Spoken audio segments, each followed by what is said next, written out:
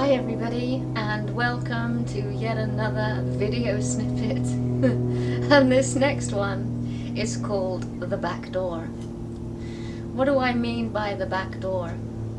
The back door is this elusive mechanism that us humans often have in operation when we are in relationship, and particularly when we're looking to go deeper. Strangely enough, the back door seems to appear. It's like the ultimate paradox.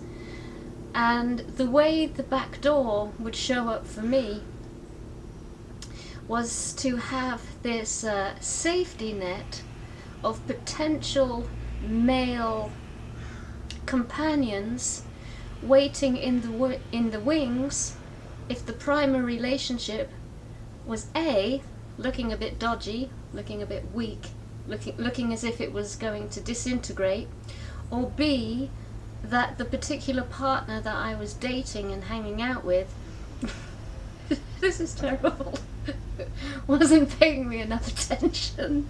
Oh my god. So I would open the back door of my psychic space, so to speak, and sort of beckon through another person. Talking of the back door, it's just opening. Come on in.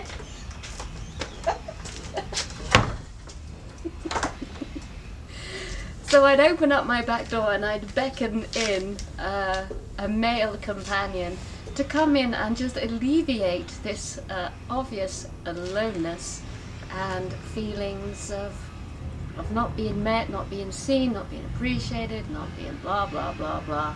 And the whole thing is a complete setup because it would distract my energy, disperse it, and you know, there's too many males in my psychic space, and the older I got, the wiser I got, and the more switched on I got, and realised exactly what this back door was doing for me. It was just totally dismantling the primary relationship, the one I want to really be with in the first place. So that was my back door.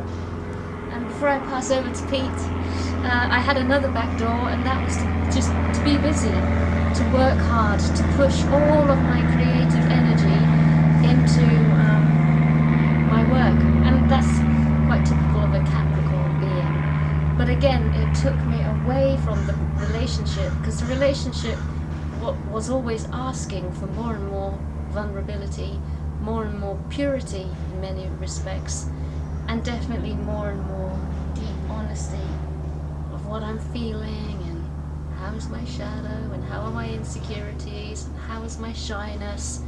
All subjects that I wanted to avoid until Pete came on the scene.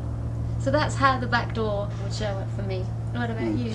I think it's pretty much the same for me, or has been. One would be, perhaps it is the same men and women, I don't know, but for me anyway, first would be having a number of female friends, good friends, and unconsciously using them as a buffer in case the main relationship looked like it was on its way out, and then I could turn to these friends that had been kept on the back boiler kind of thing, in my need for affirmation, my need for feeling important to someone else, in the absence, and this is perhaps the subject of a later video, in the absence of my own self-appreciation. So that's one field. So very similar, we have similar sort of MO there, modus operandi. But also guys especially must notice this project-based deflection or defense against going deeper,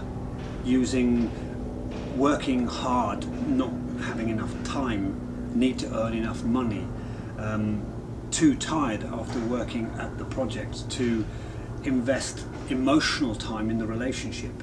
All of these are deflections and defenses from my personality against going deeper, because somewhere my mind knows if I go deeper, trouble. I'm going to be exposed to someone else in truth, which will be in areas I'm unaware of, but areas I probably don't want to go into. and worst of all, not just to someone else, I will be exposed to the truth of myself, in that I can no longer hide myself behind my favourite self-image. So a lot going on there. I just want to raise one more thing before I go off and make a cup of tea. As a younger woman, and seen yet again in my later years, I would, that is silly, I would open up the back door if I suspected he had done so first. So, you know, we've had a little teeny little representation of that recently. Yeah, and you know, just seeing it for what it is. And this is why we're so welcoming of this sacred marriage, 3 months, to see these, and they are very subtle now, very subtle, very fine residues of a very obvious and gross pattern. When I say gross, I don't mean horrible, I just mean dense. Yeah, so tit for tat, you open up your back door, I'm sure as hell gonna open up mine too. Silly.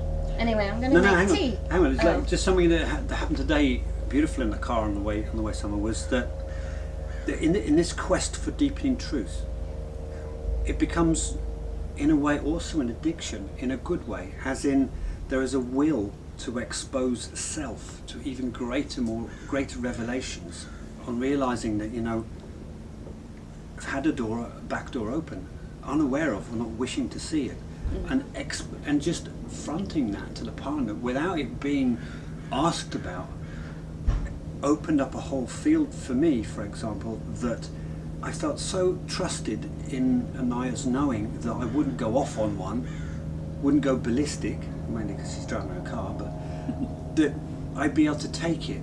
So this journey into truth brings ever more truth, and my or our experience is that when we dare do that, risking, and it is a realistic risk of risking the relationship, actually what happens is greater depth, bigger sharing, deeper love. And who wouldn't want that?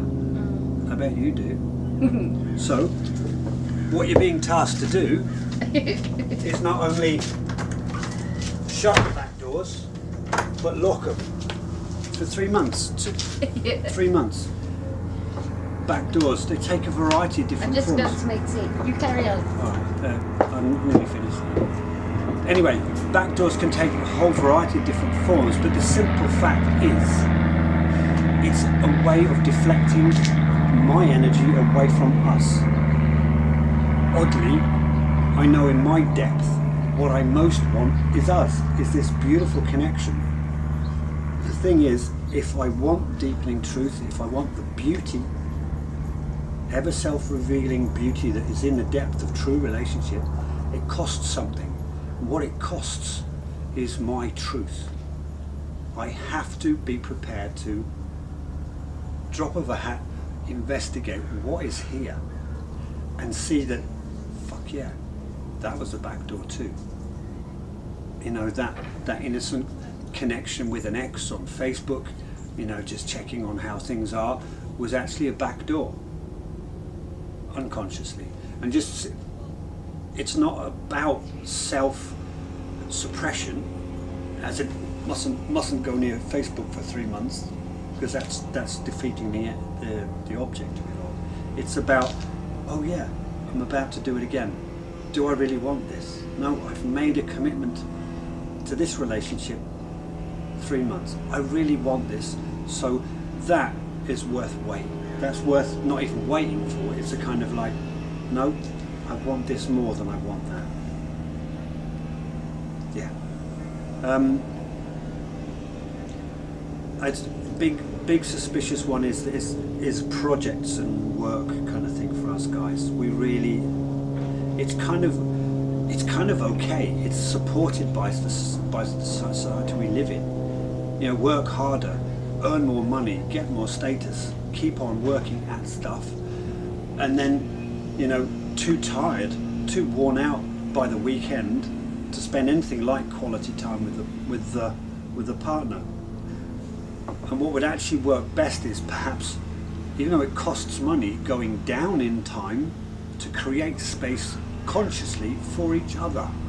So instead of a back door, some kind of a ventilation, needing to go to the pub on Saturday night with the lads just to unwind, instead of that scenario, which is also a deflection, I'd really like to go with my partner on Friday morning for a walk along the beach, taking time off to do that as an investment in me, an investment in our connection. And the spin-offs of that kind of action are enormous.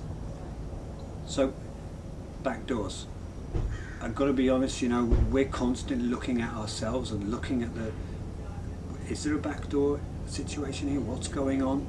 Just asking questions. And the invitation is for you to do the same. Ask yourself, am I trying to escape here in some way? Does this action which I'm contemplating, does it serve our relationship? It's only 3 months. But if we keep to it, if we stick to it for 3 months, our way of living life will change, because we've gone through it so often that our routines, our way of living life can completely change in that time. The reasons why we do stuff. Anyway, enough of me going off on one. My tea's getting cold. See you in the next snippet. Bye bye.